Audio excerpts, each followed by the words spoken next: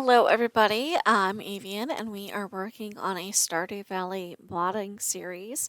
Um, this particular series will be on Content Patcher because that is what I know how to do.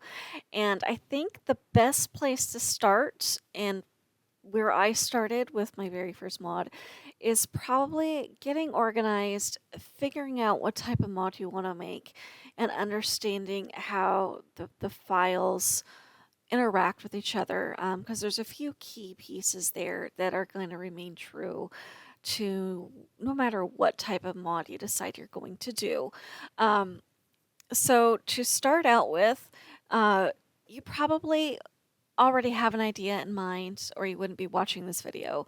So you probably want to figure out, does your mod fall into a location mod? Are you making a new location for people to play around in? Um, are you making a new crop? Are you making new items, wallpaper? Those are all going to be created differently in Content Patcher. You're going to follow some different steps to get there. Um, my mod, the Garden Cottage, is a combination between a location mod and an NPC mod. So that is mostly what we're going to be seeing when I go through this process. Um, if you would really like to see some of the other things, let me know in the comments and I will do my best to find a reference or make a reference or at least point you in the right direction for the resources needed for the other types. The next thing to understand probably would be your file organization, because I discovered when I moved a file that I had to change every reference to that file's path everywhere I had mentioned it in my code. So I think it's probably a good idea to plan out what your structure is going to look like before you start, and then hopefully you won't be repeating my mistake of having to change file paths in your code. So I'm going to start out by showing you what the unzipped original file structure is, and then how I set up my Garden Cottage mod. Odds are yours isn't going to look exactly like either of these. You have probably your own system of organization and what works best for you. But this is at least, I think, an important concept to understand no matter how you organize it. All right, so one of the things you can do is you can extract and unzip the main Stardew files into a folder to use as reference. There are instructions out there. I don't remember how to do it off the top of my head, so that might have to be a later video. But this is what it'll look like once it's all unzipped. So as you can see, Concerned Ape went by category when creating his file structure. So we have animals, we have buildings, we have the characters folder, data, um, effects, fonts, loose sprites, maps, and so on and so forth.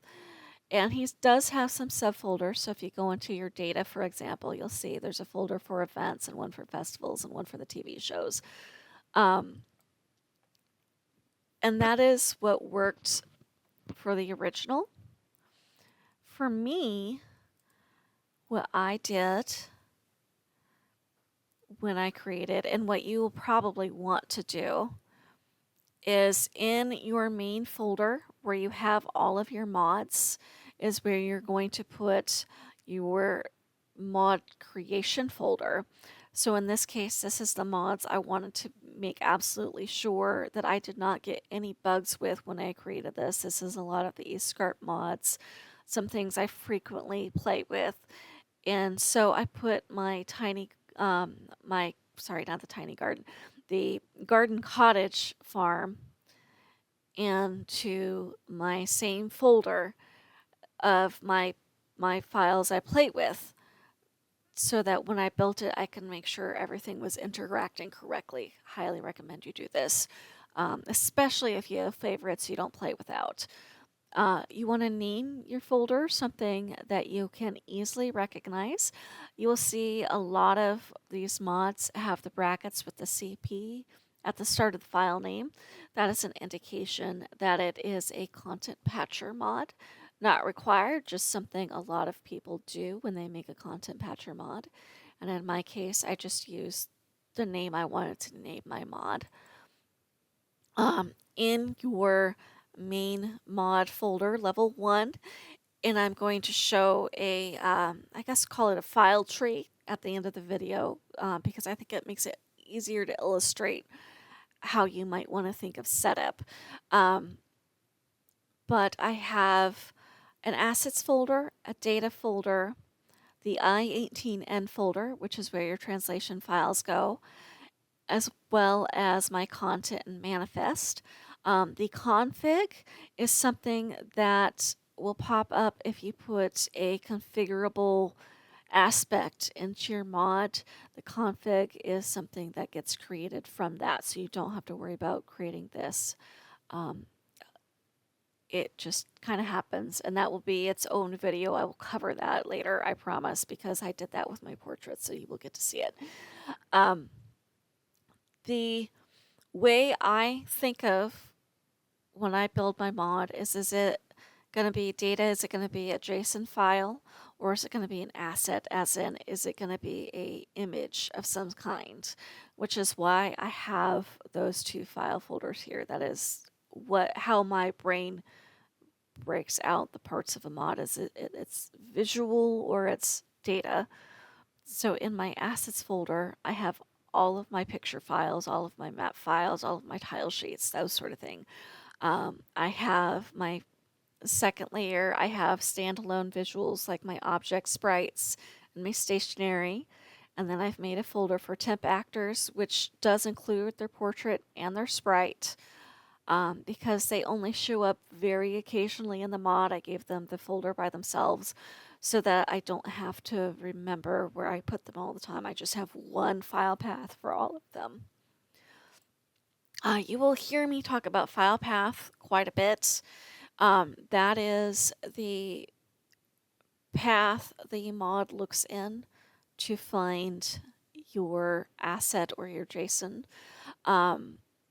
If you think about it as in like the road you take to go to the grocery store, you go from your house, you might stop at the gas station, so on. It's a path.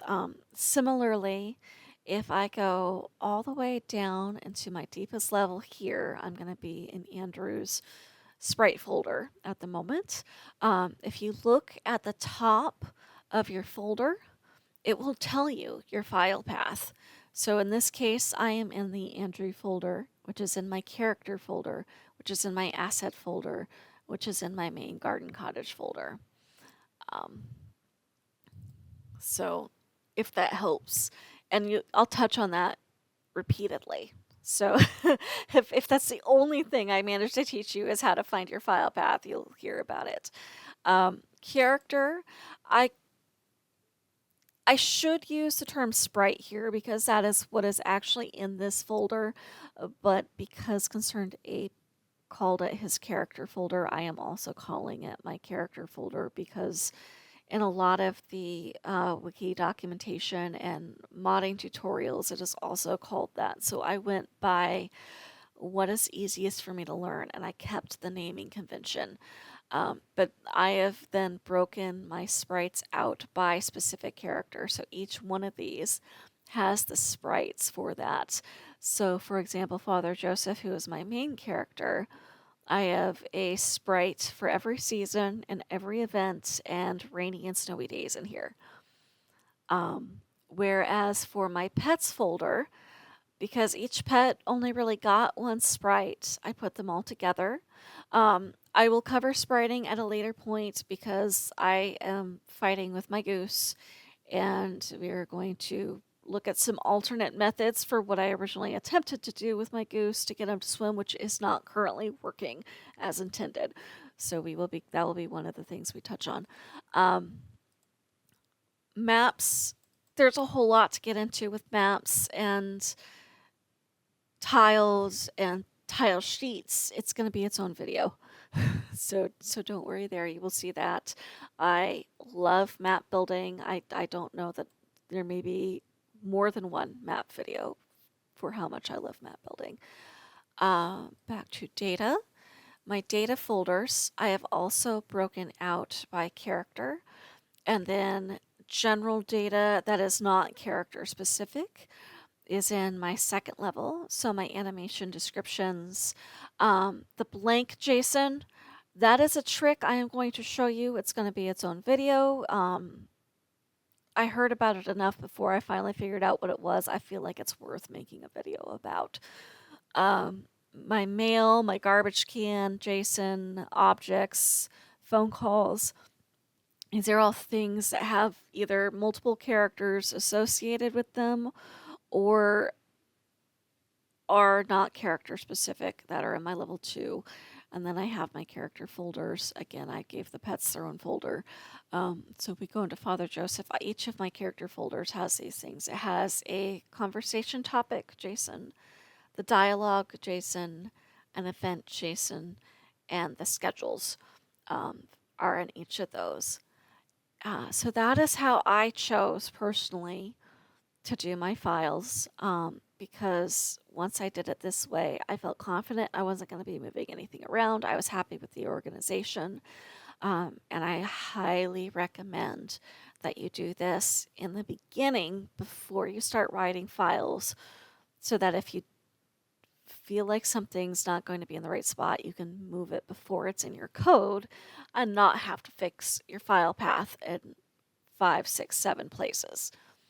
And that, I believe, is going to be the main meat of it. I do have a tree image breakdown that I've created so you can kind of see better. And draw this on paper. If you think you know what you're going to do, draw it out for yourself. And then you can go in and make your individual folders. And then when you're ready to make that, the folder is already there. Your file path is already set. And I find that very, very helpful to have done from the beginning. So that is it for organization and files. And I will see you on the next video. And until then, I hope you have a wonderful day.